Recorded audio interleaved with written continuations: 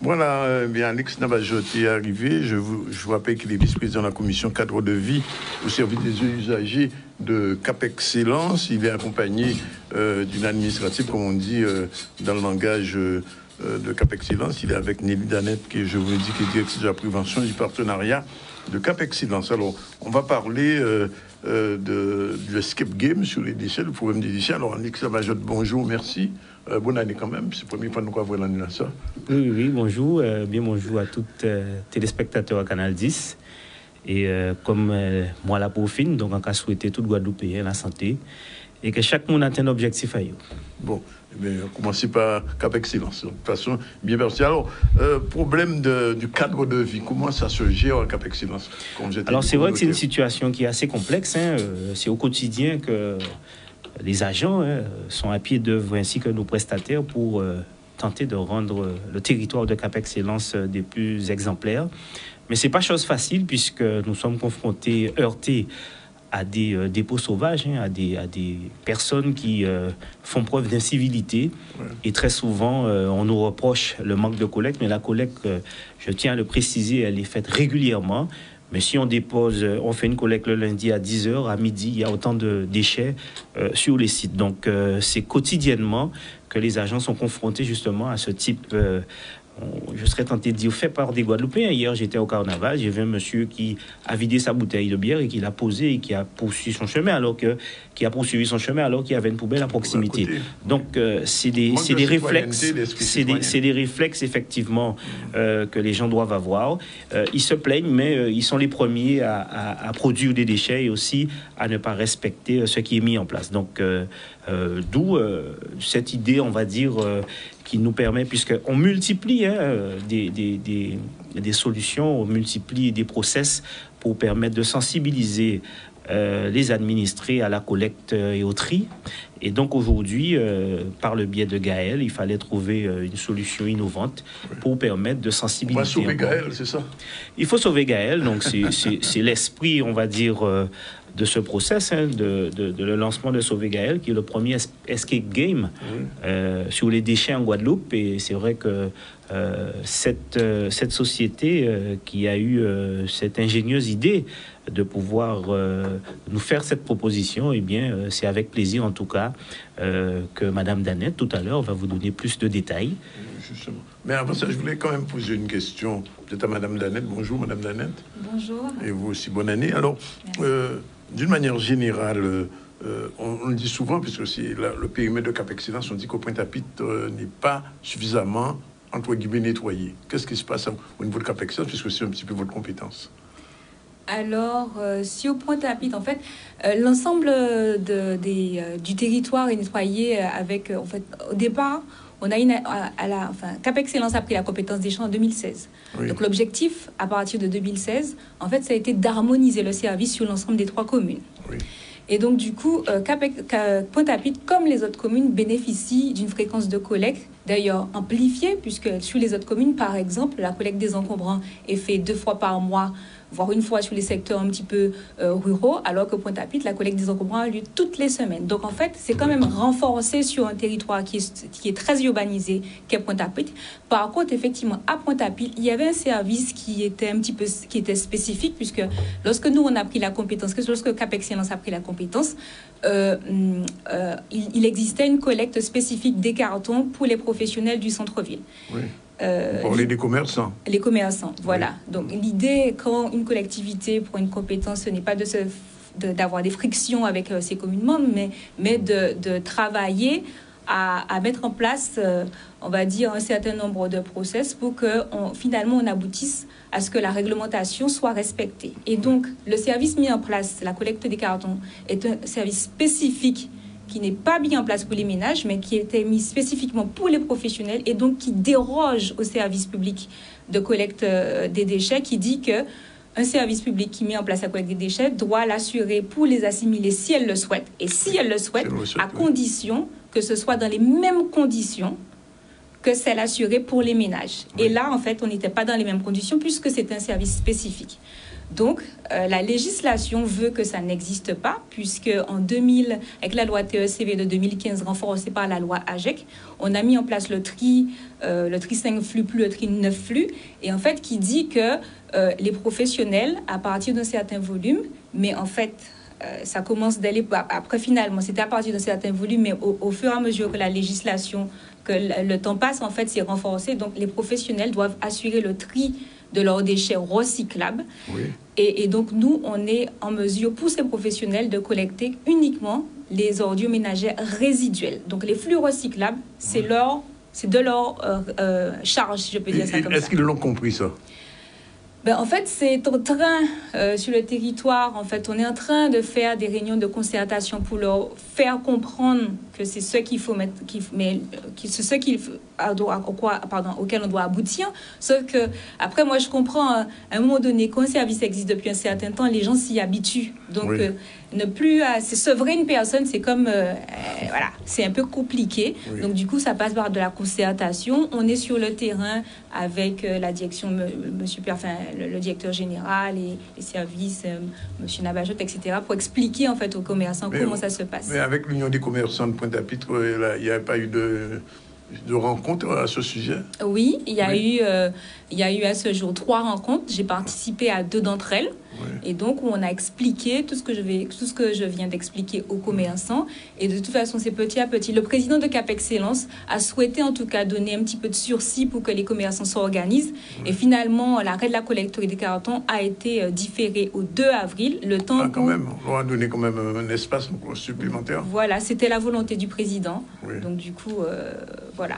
Oui, parce qu'il prenait ce qui était une faveur comme une espèce d'habitude, quoi, c'est ça? Voilà. En fait, ils n'ont pas compris que ça dérogeait et que pour ça, Cap Excellence peut être poursuivi. Alors, on revient à Gaël, puisque c'est l'un des sujets de votre présence ici aussi. Comment on va faire pour sauver Gaël? Qui répond? Alix ou Madame Danette? Alors Gaëlle, c'est vrai que Gaëlle, c'est l'assistante virtuelle du service déchets de Cap Excellence. Oui. Donc, on l'a mis en place, je crois, de mémoire, je crois que c'était 2020. Je crois que c'était pendant la semaine européenne de réduction des déchets de 2020. Voilà. Donc, du coup, donc c'est l'assistante virtuelle. L'idée, en fait, pour Cap Excellence, c'était de créer un service de proximité, puisque Cap Excellence est ouvert sur des horaires de bureau. Je veux dire, à l'époque, c'était 9h, 17h. Mais souvent, les personnes ont des questions en dehors des heures du bureau ou le week-end, quand ils s'occupent de leurs déchets, font leur jardin, etc. Oui. Donc, l'idée, c'était de mettre en place sur le site Internet une assistante virtuelle disponible 24 heures sur 24, 7 jours sur 7, sans répit, 24, oui. sans répit, qui permet de répondre à toutes les questions que se posent les usagers de Cap Excellence. Oui. Voilà, et donc du coup, elle est arrivée en 2020. Il a fallu qu'on la fasse connaître. Donc, à la fin de l'année dernière, on a fait une vidéo pour la faire connaître qui était diffusée sur les ondes, etc. Et là, l'idée, c'est, puisqu'elle s'est fait connaître, mais d'utiliser ses fonctionnalités. Donc, on s'est dit, voilà, qu'on va créer un escape game sur les déchets, le premier en la matière. Donc, Cap Excellence essaie d'être innovant. Chatbot, c'est le premier en la matière. L'escape game, c'est le premier en la matière. Puisqu'on est le territoire central, on produit beaucoup de déchets de par, en fait, les entreprises et les personnes qui convergent vers nous. Et pour nous, il faut qu'on montre qu'on peut mieux faire, qu'on peut augmenter nos performances de tri, qu'on peut réduire nos déchets. Et Gaëlle propose des astuces, renseigne sur les consignes de tri, etc. Donc l'idée avec cet escape game, c'est que les gens s'impliquent en fait, améliorent leur connaissance sur l'organisation du service que propose Cap Excellence. J'ai envie de poser la question à M. Nabajot quand même. Ce que disait Mme Danette tout à l'heure pour les commerçants de Pointe-à-Pitre, c'est aussi valable pour les commerçants des Abîmes? Ah oui, non, mais de toute façon, on est en permanence dans la concertation. Hein. C'est vrai qu'il y a eu quelques incompréhensions pour Pointe-à-Pitre. D'ailleurs, on a une ultime rencontre avec eux cette semaine, je crois jeudi, où on a une proposition à leur faire. Donc, on espère que ça va se solutionner, puisque l'idée, c'est que nous sommes sur un même territoire. Donc, c'est que nous puissions trouver des issues favorables à ces incompréhensions, puisque les gens, on paye des impôts, il faut que la collecte soit faite. Ils ne cherchent pas à savoir, ce n'est pas une décision politique, mais c'est une décision réglementaire. Donc, Mme Danette vient de le souligner. Et donc, ils n'ont pas compris que c'est comme une femme, hein, vous lui habituez à lui donner un certain nombre de choses et du jour au lendemain, vous lui enlevez. C'est un petit peu ce principe. Pointe-à-Pitre n'a pas compris qu'un service qui existait soit retiré, alors que voilà, la ville de Pointe-à-Pitre n'a pas quelque part su expliquer ça aux commerçants. Bon, donc maintenant, nous, on a bien voulu, en tout cas, faire cette médiation pour apaiser les choses. Et ce jeudi, avec la direction générale, avec notre direction environnement et cadre de vie, on va de nouveau rencontrer ces associations de commerçants. Mais aux Abîmes et à Bimao, ça fonctionne. Donc, oui. Quand il y a des crispations, on cherche un peu à apaiser les choses, puisque nous sommes sur le même navire. Ça n'ira pas jusqu'à la répression. Ah non, non, là vraiment... Enfin, je veux dire, si les commerçants ne comprennent pas... Non, la répression, c'est plus pour les exactions. C'est pour ces personnes un peu indélicates qui jettent des déchets un peu partout. Là, oui, il y aura des sanctions. Oui, mais pour ces commerçants, il faut qu'on puisse les accompagner à trouver des solutions palliatives pour leur permettre justement de pouvoir faire la collecte de ces cartons. Alors, Lydie Danette, donc du 1er au 5 mars... Gaëlle, elle est, comment on dit, il faut sauver le soldat Gaëlle. C'est ça. Donc, en fait, elle est kidnappée par des malfaiteurs, en fait, un peu de la mafia des déchets. C'est le scénario. Et donc, du coup, sur 5 semaines, les joueurs, une fois qu'ils s'inscrivent, c'est très facile, en fait. Quand vous allez sur Gaëlle, quand vous lui posez une question, donc il y a une petite bulle qui apparaît sur le site de Cap Excellence. Et donc, vous cliquez sur la bulle. Elle s'ouvre en grand et vous pouvez poser une question Podiao. Elle vous dit où jeter le Podiao. C'est une application, c'est une application ou c'est simplement un site internet? Non, c'est une application. En fait, c'est responsive, ça va sur le téléphone, etc. Oui. Exactement. Voilà. À partir du moment, toujours depuis le site de Cap Excellence. Hein. Oui. Et donc, du coup, là, il y aura, ils vont taper Start Escape Game. En fait, ils vont taper un mot. Enfin, il y aura une procédure. Donc ils vont taper. Et puis, une fois qu'ils tapent le mot, ils s'inscrivent, ils acceptent le règlement et ils commencent le jeu. Donc, en fait, il y a des énigmes, il y a des chasses au trésor. Aussi. Il y a des défis. Ah oui, c'est un escape game, oui, un chasse au trésor, oui. Voilà, chasse au trésor sur le territoire. L'objectif pour la chasse au trésor, c'est de faire connaître des acteurs ou des sites qui concourent en fait à la réduction ou à l'amélioration des performances d'autrui. Donc, il faudra trouver ces sites-là. Et sur le site, il faudra... trouver le code, puisqu'il y aura une caisse, il y aura un code, rentrer le code, répondre à la question. C'est vraiment ludique. On s'est dit que c'est vrai que les adolescents, les jeunes, etc., sont un petit peu éloignés du tri. Des fois, ils se sentent moins impliqués que les parents.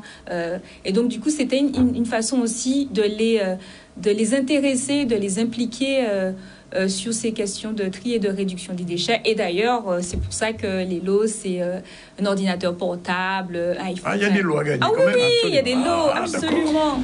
Okay. Et en fait, comme disait Madame Danette, Gaëlle, c'est très ludique. Les premiers retours qu'on a eu de l'application, c'est ludique, c'est pédagogique. Et donc, nos jeunes qui aujourd'hui sont férus de tout ce qui est application, tout ce qui est réseaux sociaux, n'auront pas de difficulté à pouvoir y aller et à pouvoir vraiment se laisser guidé par ce que dira Gaëlle sur l'application. Donc, c'est vraiment accessible à tous. Même les personnes âgées pourront venir et se connecter, aller suivre les éléments qui leur seront fournis pour tenter de gagner les lots que nous mettons à disposition du tout public. Je note quand même que dans le domaine des nouvelles technologies, Cap Excellence un petit peu à l'avant-garde, parce qu'il y a 2 ans, je crois qu'il y avait une application pour le carnaval qui avait été créée. Et là, c'est la nouvelle application pour les déchets ménagers. Bravo. On ne va pas spoiler, mais ça va continuer.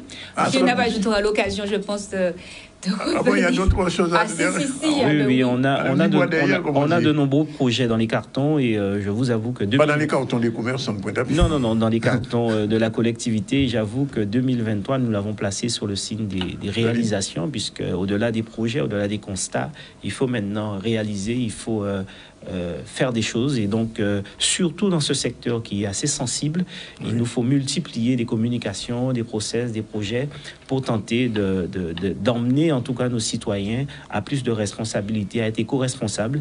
Et donc c'est l'objectif de la communauté d'agglomération, puisqu'on a un président très avant-garde sur tout ce qui est écologie, développement durable, et qui tient effectivement à ce que nous puissions affirmer, assurer cette feuille de route précise qui nous a confiée. Bien, c'est une bonne chose pour la Guadeloupe, en tout cas déjà pour Cap Excellence et pour cette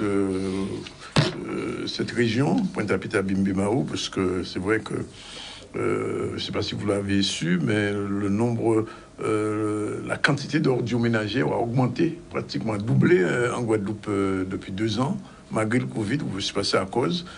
Et donc, en ce domaine, le domaine de traitement des ordures ménagères, il va falloir effectivement trouver des solutions. En tout cas, on vous remercie d'être venu.